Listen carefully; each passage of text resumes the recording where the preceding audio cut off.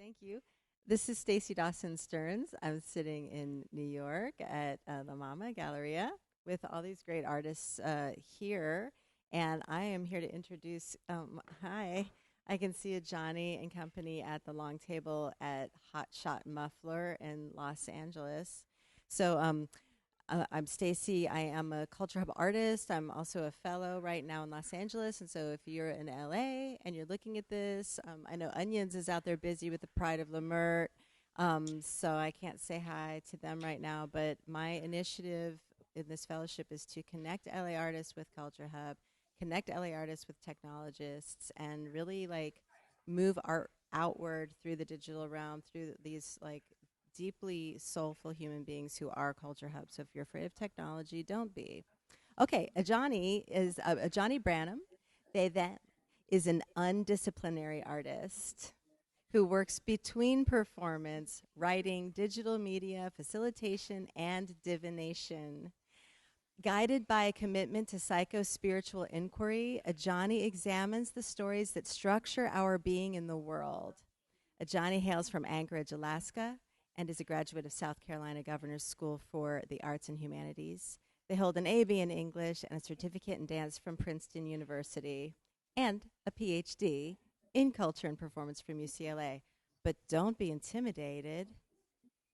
Ajani is my friend and an amazing artist who works not only as an artist but as this kind of connective tissue human being in the expansive, beautiful, and sometimes unrecognized and uncelebrated landscape that is Los Angeles art.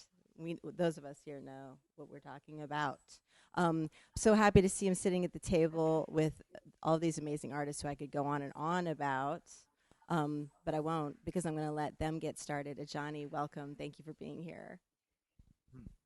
Thank you, Stacy. Hello, New York and Los Angeles, and all the folks who are online watching. Thank you for being here. This is going to be a long table conversation, so it's not about me talking the entire time. In fact, anyone who's sitting at the table, this is mostly about the folks who are gathered here and also at a distance. So before I jump in, I'm going to hand it over to Maddie briefly to explain the long table format. It's going to be a pretty open conversation, but there are like a few little sort of like guidelines to keep in mind. So Maddie, I'll pass it to you.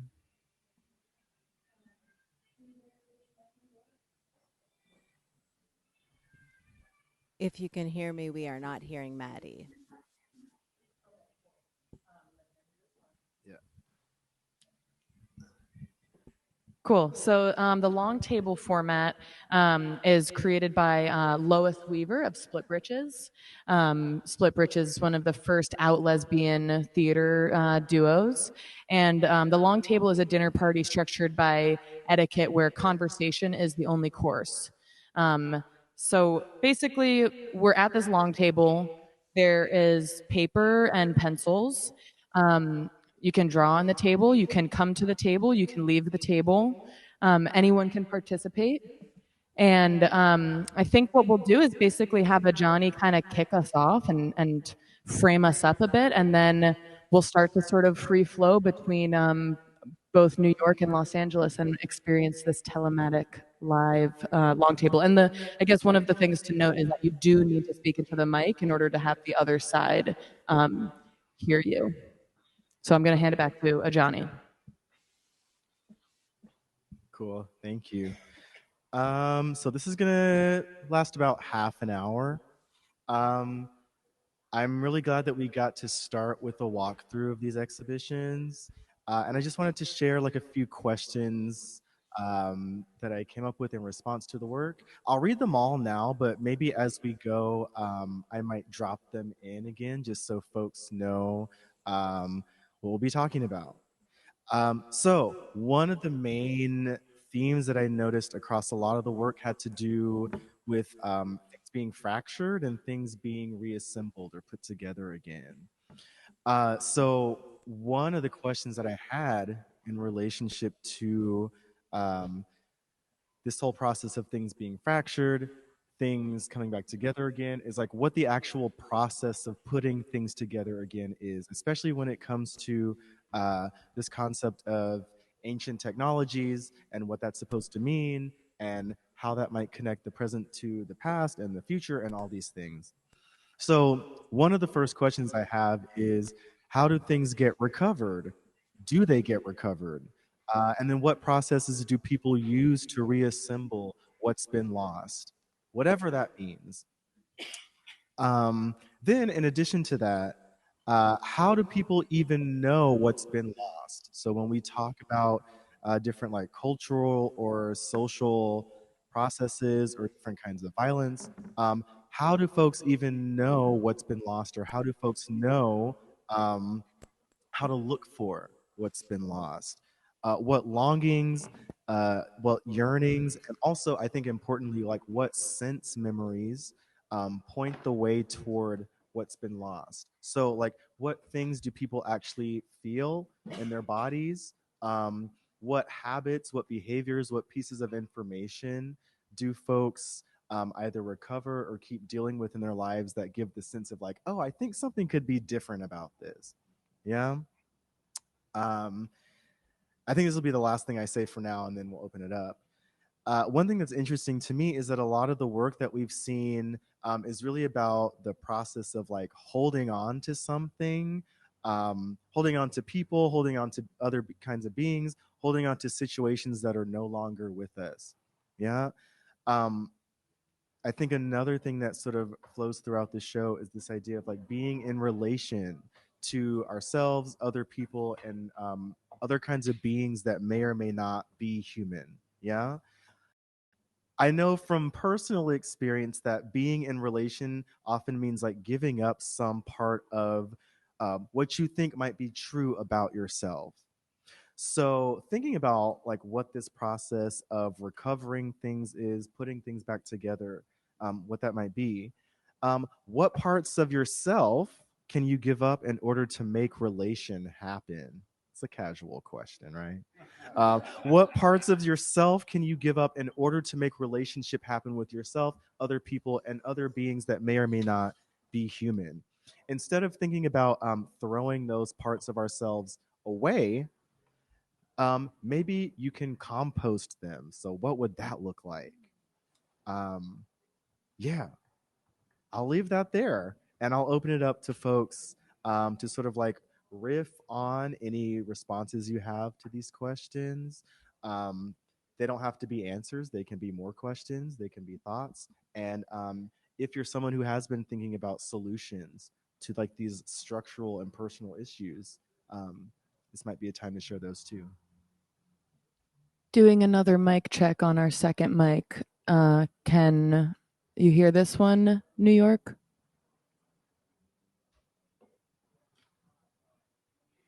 Sounds like a no. Okay, so we're going to use this one mic. Okay.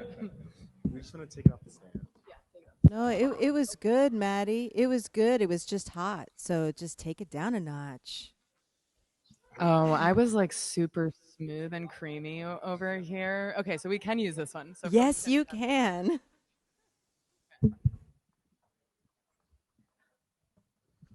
do you want it lower? Lower This level? is Higher level? You're great. Happy level? It's perfect. All right. I'll give up that part of myself in the. Great, we're off to a great start.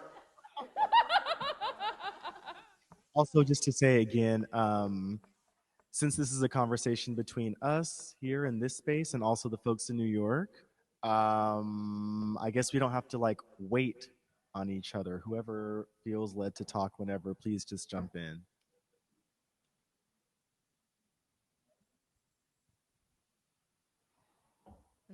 Oh no, you with the glasses. So I was thinking about what you were saying about what is lost and then how it was recovered. And so I started scribbling here about, how that happens. And so I wrote the H word, which is healing. Redemption. I think in this age we're living in right now, I keep thinking about redemptions, the mistakes I make, the mistakes my colleagues make, the mistakes my family makes. Like where's redemption? Forgiveness and also education and like kind of teaching ourselves. And the work here that I'm presenting is about me and my dad and how all that went wrong and how I tried to make it right and the way that and how it all got lost. And the way that I found it was through forgiveness and redemption.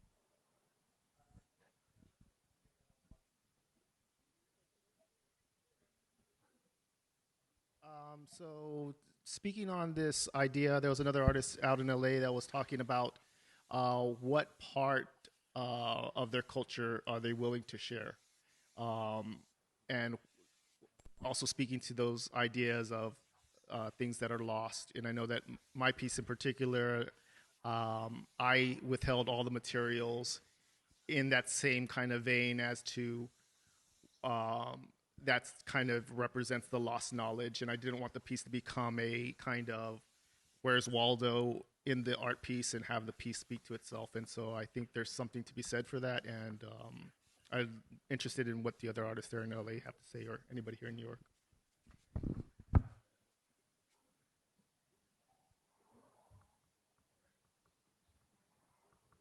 think what I like about this prompt is it's I'm trying to remember the person who wrote this essay, but the like lost knowledge systems. It's about like indigenous lost knowledge. And did somebody say who it was? Oh, the piece is over there talking. There's art talking. There's art talking. But it is about like indigenous lost knowledge systems and recovering those. And I do think that a lot of the pieces in Refest in general are really wrangling with that. And I was thinking about it as you were talking because my sculptures are like these surrenders to lost data, like these these the devices that you like leave under your bed because you think you like might need that high school essay like in a few years, like letting it go.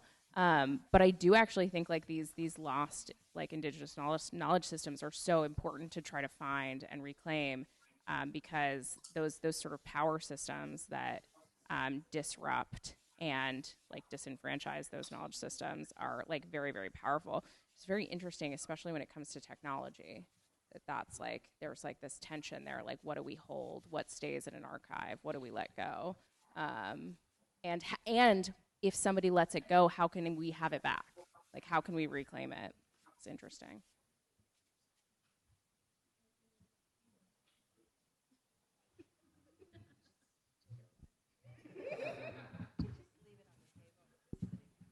Thank you. Well, thanks. First of all, thank you so much for the questions. My mind is already really buzzing, but I think I'm thinking about a few of your questions, speaking to this idea of how to reassemble what's been lost, or what is the process of putting together something fractured look like.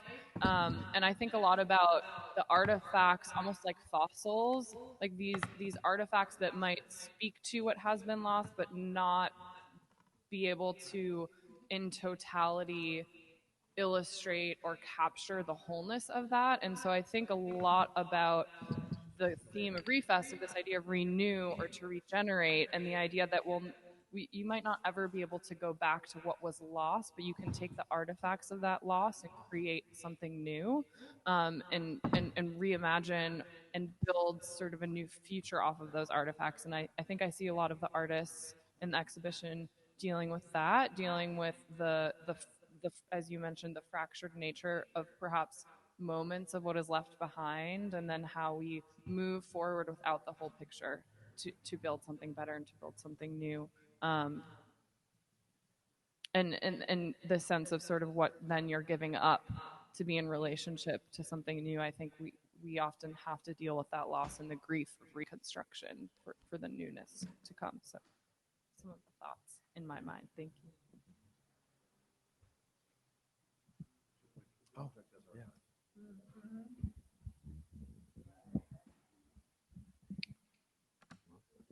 Hi.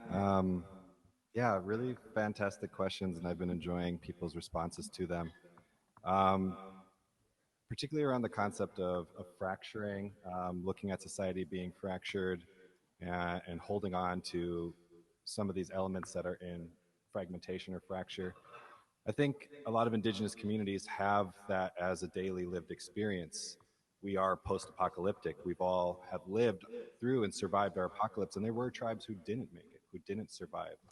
Um, but the world in which we knew, in which our ancestors lived prior to colonization, that way of life in that world is gone for the most part. And what we have left are fragments. If you come from my tribe, where we haven't had a written language, the way that we pass down knowledge and transfer was through stories, and the power of stories and the power of artwork, honestly.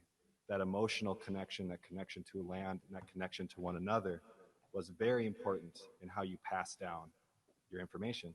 And one of the beautiful things about having a oral tradition is that things can't become dogma. Because if you go from one tribe to the next, even a mile away, they're going to have that same story, but it's going to be slightly shifted. And I think that variability is something that is really, really beautiful. Um, so my piece that's thinking a lot about memory and passing down, the act of remembering is something that I see as decolonial and even revolutionary in many ways. One of the main reasons that one of the masks there is a balaclava, that's an act of um, of revolution that comes, and the many ways in which they try to make us forget, whether that's through boarding schools, or Ray Paris wrote a book called The Forgetting Tree. So I'm also Black, so I think about what decolonization and colonization means from both a Black and Indigenous lens. But the process of stealing somebody from where they're from in Africa and bringing them here and conditioning them to be a part of the plantation, there was this push towards forgetting. There was this push towards, making them disconnect from where they are, or not know who they are and what their power is, right? That is a very big part. An act of forgetting is a very big part of the colonial process. So we're living here oftentimes with all these fragments. We're trying to scoop them up. We're trying to hold them. We're trying to make them dear. We're trying to make them whole so that we can feel whole.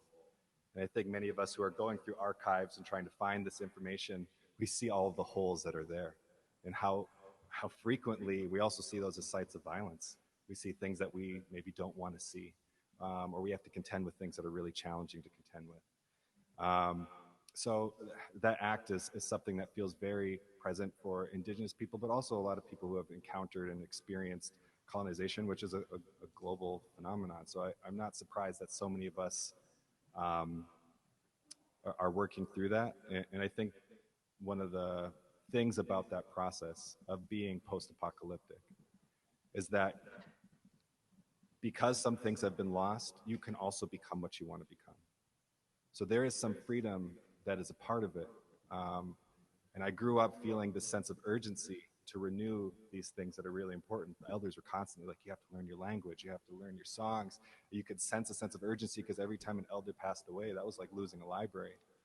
Uh, but there's also this need to move because of all those dangers that are being or what you're willing to give up of yourself or make available or make into these memories that maybe shouldn't be there, or would want to use those visions for their own gains that are maybe against your community. So we're constantly working through this sense of fragmentation and what to do with it.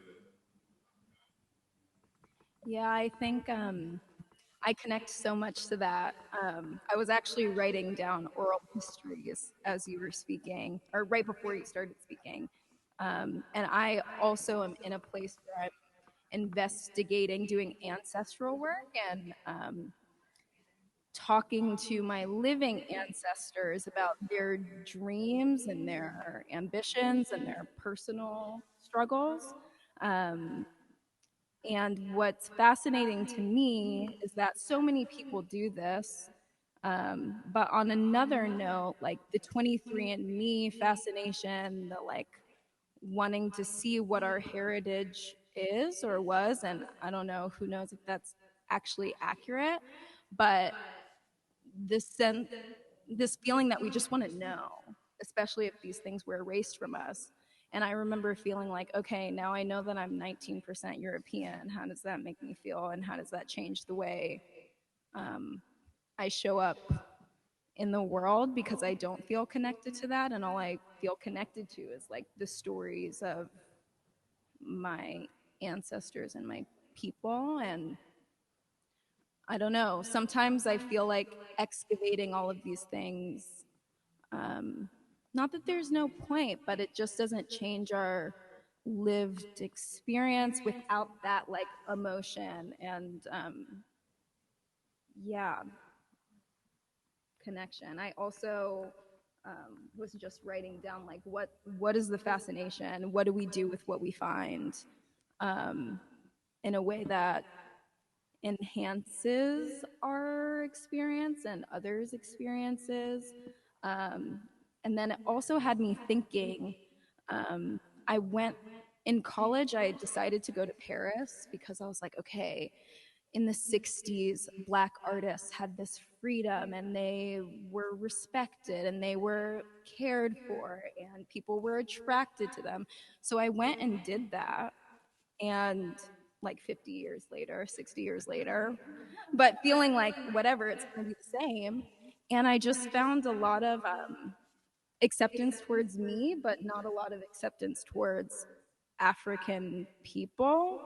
Um, and it made me feel like, what am I looking for, and where can I find it, and um, what's the point? Yeah, I don't know. That's what I'm marinating on.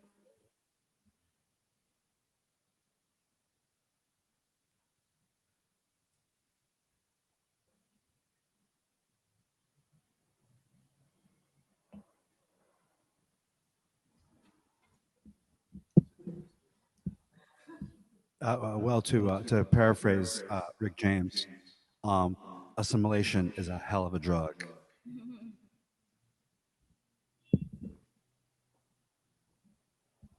Is New York still with us?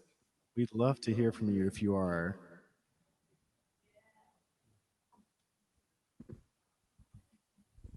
We are. You can't see us anymore?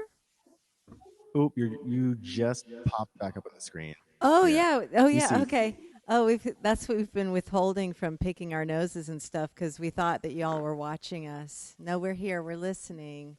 We're listening. I'm gonna put the mic on the table so that other folks can contribute. But I guess just since I was holding it right now, I'll just say this it is a deep question that takes a bit of thinking when I really ask myself as an artist what I'm willing what I need to give up, um, and to kind of throw back to the word that Marcus used, this idea of forgiveness, as kind of a necessary lever to pull when dealing with others, dealing with oneself too, because I think some of the things that I might have to relinquish, or that are things.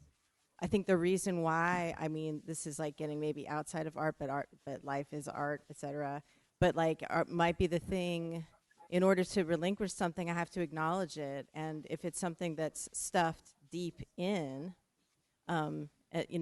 especially, Shauna, there you're speaking on the African and African American experience. Totally, it's like here I am, white lady artist, right? And so the things that I might not want to relinquish would be related to like things that are buried, things that I feel shame about. It's like, but so that tool. I mean, forgiveness is not like a blanket; it's a process. Um, but to be able to, if I'm going to leave something behind, I can't just forget it. I have to remember it first. I think that that's something about this erasure of history that's being talked about, and the need to reclaim and re-speak and reassert histories is, it's a big bag. So I'm going to pop it back to the table. Yeah, thank you. I will wait to hold my question because I see someone just took the mic. I was just really taken by the Paris story.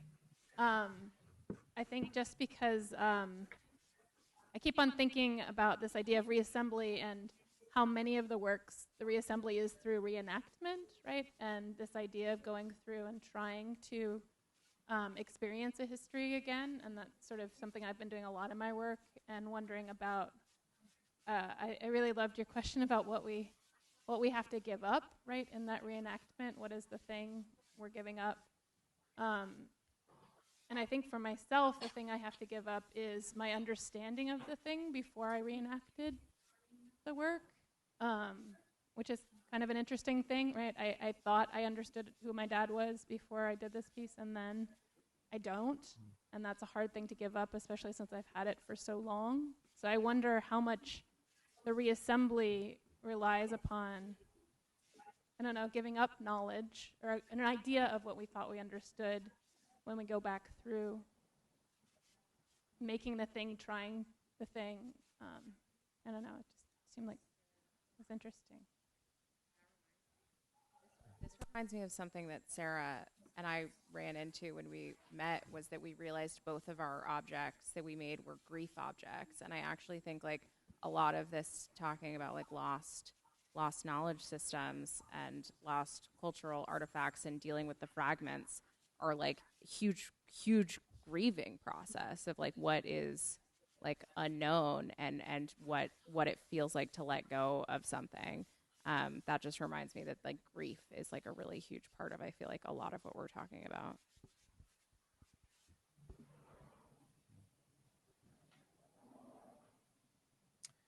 I want to add one last question into this mix. We can stay with the other questions, but this is just like another ingredient.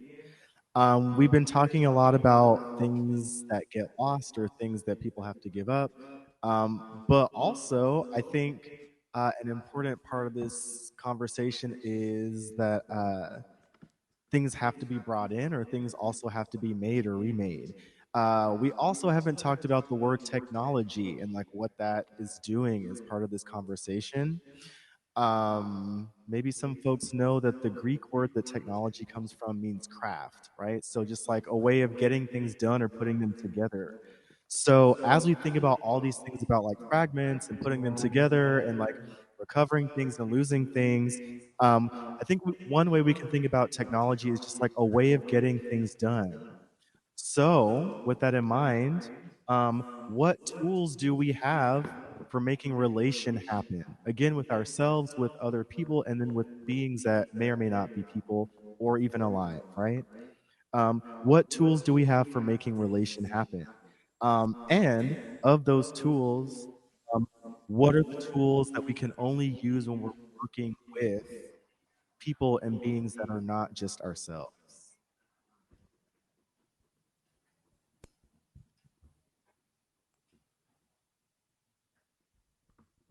Hello, can you hear me? Yes, all right. Um, just thinking back to how you use the word craft, and how we can use craft as technology and as tools to think about these relationships. And so a lot of the work that Victoria and I are doing are thinking about textiles and how textiles have held relationships and stories throughout time and space.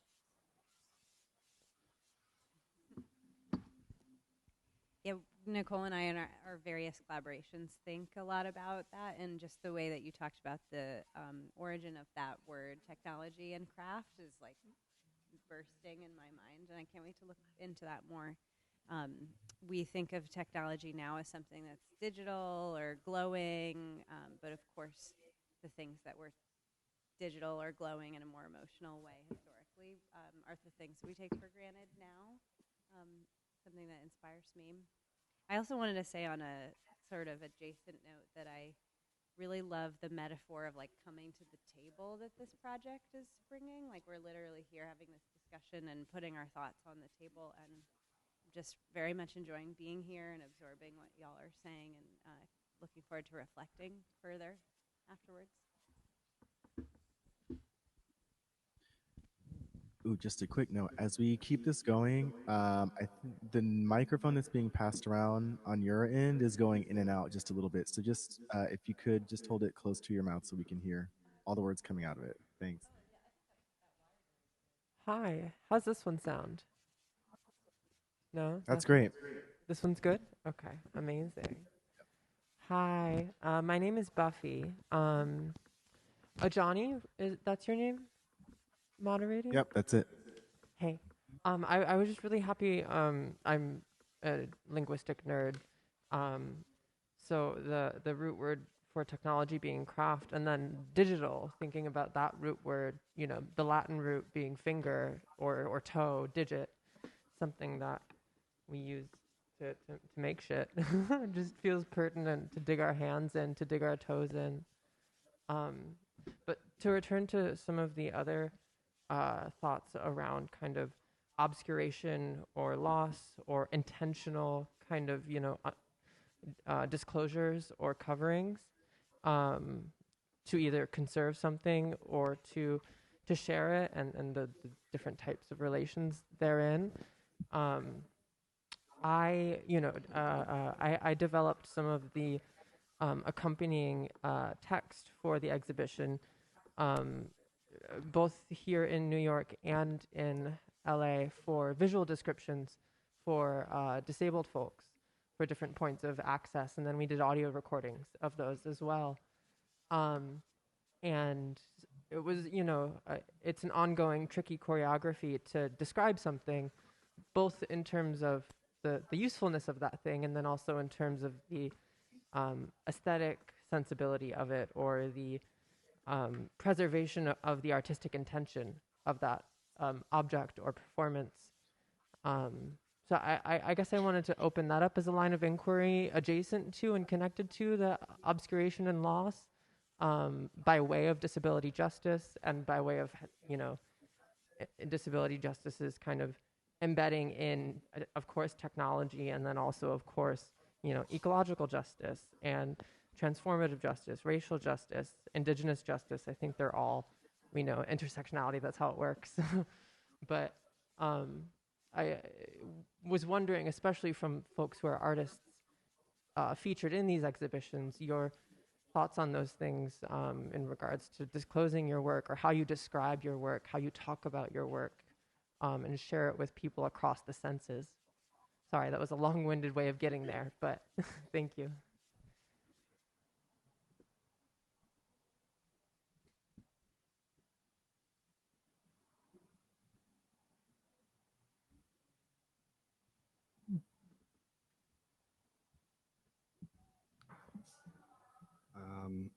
One technology that I'm a media artist, so I do work a lot with code and different forms of technology, and it seems like media art is something that, you know, not only works in media but also looks to critique it simultaneously.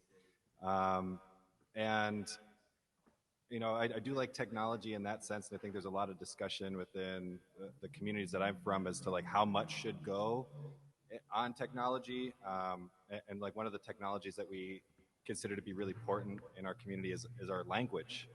So one of the things that we're thinking about is like, should our language models be a part of AI, which would allow us to produce a lot of different media, generate media really quickly, books and whatever it is that will, you know, help us engage with their language. But one of the reasons why that language is so important, is that it holds so much of our worldview and who we are. I think that's like such an important connection to who we were in the past, and also a vision for how we want to like be in the future. We have linguists who maybe think of themselves as keepers of our language, who are mapping out our technology. But I often hear like fluent speakers or elders say, like, what's the point of learning Lakota? What's the point of learning a native language if you can't think in indigenous thought? So that's one of the technologies that I think is really central and really important to our community. And I guess where I'm going with this is like this concept of being a keeper of something. So when you have these things that are important to these fragments that are important to who you are, or hold a way of life or a way of being that you want to cherish, it isn't enough just to know about it. You have to engage with it in some way. So through my artwork, just making one of these traditional dresses, even though it wasn't in buckskin and it was in some sort of cloth, I saw the challenge of putting something like that together. I tried to do it in an indigenous way, in which I pray over it, in which I talk about my intention of what this work is going to be. I'm trying to make it for a specific loved one and relative, and put that level of craft into it, because it's not something that is something to be consumed in a capitalist perspective, but something that's meant to be for somebody that I care about. And learning how challenging that is, even trying to have a relationship to where the materials came from. I found that really difficult to do. Actually, it wasn't able to accomplish it in this regard, but traditionally in a native making way, you would know where that organic material came from. You would give thanks to, that being for giving its life so that you can, continue to sustain yours in some way. And therefore, you need to make it beautiful. You have a responsibility to care for this thing that you're making. So trying to take these traditional ways and trying to bring it into the present can be really challenging. One of the things I have to give up is making that be perfect. I also think about this idea of a keeper. Again, this is something that's really big in our culture. Is you can be a keeper of a certain songs, you can be keepers of a language, you can be keepers of certain ceremonies.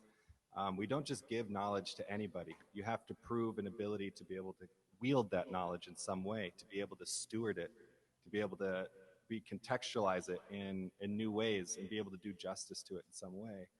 And I know that there are elders who have said, okay, I do want to pass down this information, but I don't think that it can be cared for in the way that it needs to. So I'd rather let this die than to pass this down.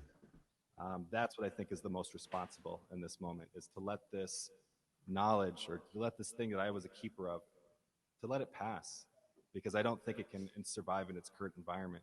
So sometimes bringing up these things that we want from our past is something that we have to let go too. There is a mercy in a death and an honor in a death too. So those are some things that I was thinking of through the conversations. I think we're getting close to time here. It's a lot of really great stuff that came up. I just wanted to see if any folks here who haven't spoken yet might have any thoughts or things you want to throw in before we start to bring the train back to the station. I can jump in. I think just on the topic of technology, for me, the way I use technology is to be able. I work with immersive technology, VR and AR, and I feel like it's a way that lets me bring things that I usually don't have access to and to make them concrete. So, like thinking of abstract concept that you can not really understand because it's either so big that it doesn't like the scale is so large you don't understand it, or it's so far away, or it's something that links to ancestry. It's something that is really hard to reach, that exists more as a theory than as a like concrete thing, like material in front of you. And I feel like through the use of virtual reality, it's a way for me to process that by making it concrete. So like whatever I'm dealing with or whatever I'm working on, I'm able to represent that in a world that I can inhabit. And hence this experience becomes concrete and becomes closer to me and to how I want to process it. So I understand technology also through a positive lens, maybe too optimistically, but that I'm able to reach things that I wouldn't be able to reach. So, like you were saying, bringing things into the conversation, I feel like I'm able to bring things that I didn't have access to, that I'm suddenly able to understand as real.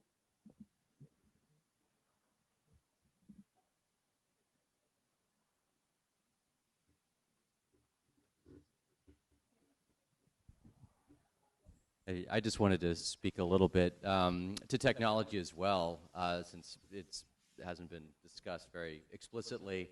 And of course, it is such a double-edged sword. I mean, you could look at, we began talking a lot about sort of dismantling the colonial project and the colonial mindset, and trying to recover cultures that have been erased or forgotten. And I think about technology as something that reinforces habit a lot of the time. And as technologies comes down to us, often delivered to us from big business or the military, or if we look at just where these capacities have actually come from, they're a big part of the colonial project, really. And I'm constantly asking myself when I use technology as an artist, trying to be critical of a cultural history or something that needs to be addressed in terms of if it's social justice or whatever, that it's always I find kind of at odds with what the machine wants to do, sort of essentially. And I'm wondering why this is more of a question than anything else. Do people find ways of working critically, sort of breaking cultural habits that are harmful or dangerous by using technology? Do you find that's kind of an uphill battle sometimes? Do you find that the algorithmic medium itself lends itself to sort of continuing this sort of colonial project, this totalizing project that we've kind of been critiquing up till now?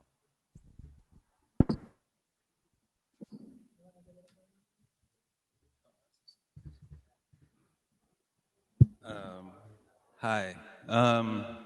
Well, I'm in Leimert Park right now, so technology, as far as like the effect that it has over there, it's been interesting to watch generations kind of deal with each other.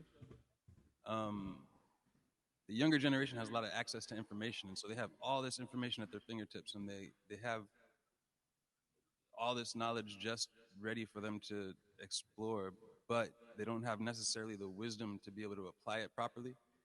Um, and one of the things that I've been seeing in Leimert Park, especially, they're known for the drums, and the drummers in Leimert Park are like pretty famous. So I listen to them talk, and there's like an older set of drummers that gets frustrated with the younger drummers because they hear these rhythms and they try to copy and imitate things, but they don't have a full understanding of how they're originally used or what they were supposed to be for, or the true communication of it. So like they have this access to like an alphabet, but they don't necessarily have the vocabulary they need to be able to communicate properly.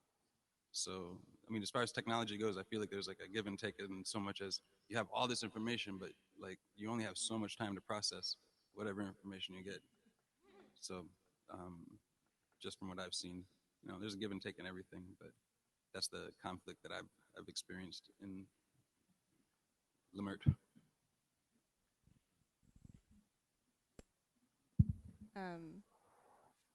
Just to kind of like add on top of that, I think something that technology gives us We might now. be getting, okay.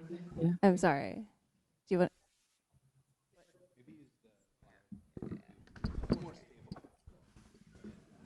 Sorry. Hello. One more person. Okay, yeah. Go ahead. Okay. Go ahead. Cool. I think one thing that technology gives us is a false sense of being correct, or that the algorithm has given us the answer. And I think that, like, kind of calling back to that question of what do we have to give up, especially in rebuilding these fractured parts of ourselves and our histories, is the idea that we can find that answer in the first place. That we have to let go of finding resolution because that may not exist anymore. And that, like, in my own work of trying to rebuild a connection to a culture that I no longer have direct access to some extent, my work is to say, I'm finding these secondhand pieces of information and doing what I will with them, but that is not the answer, and there is no place for me to go other than to build another path.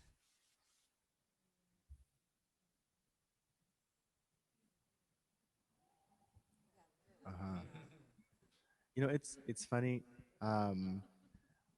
I think sometimes it can be bleak to think like, wow, so much has been stolen, so much has been fractured, so much has been lost, so much has been da da da da. But as we, I guess, like sit with the things that people have shared today, I think one encouragement I would have is to think about all the different ways that connection can happen, even the ways that are not obvious, even the ways that I think importantly don't just have to do with human beings.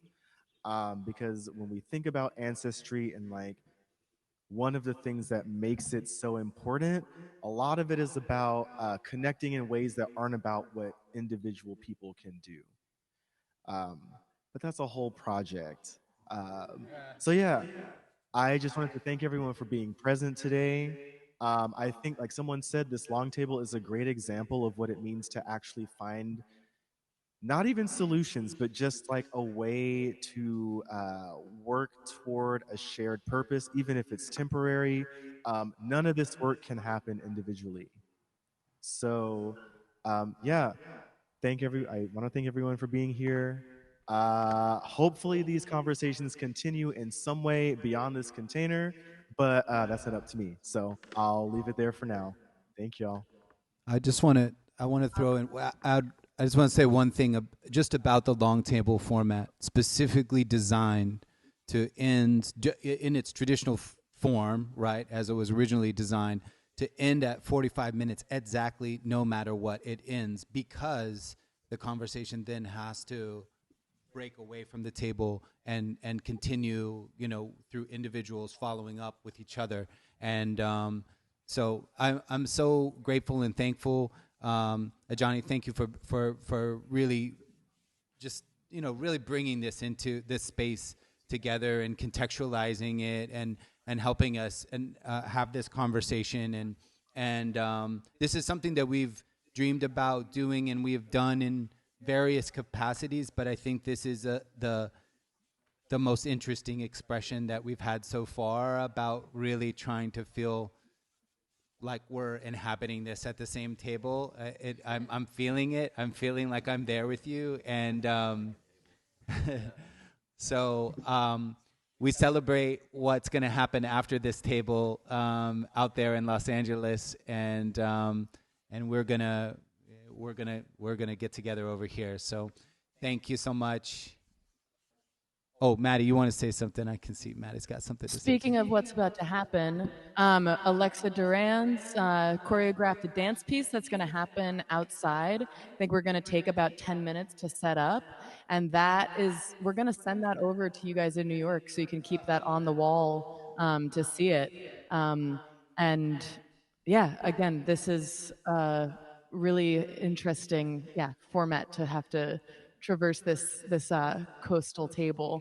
But I'm really grateful for everybody for sticking out and vibing out. We have maybe we could just we've got a bunch of folks who are on the seated on the floor over here, which is they're all participants too, and I just wanted to shout that out. Cool.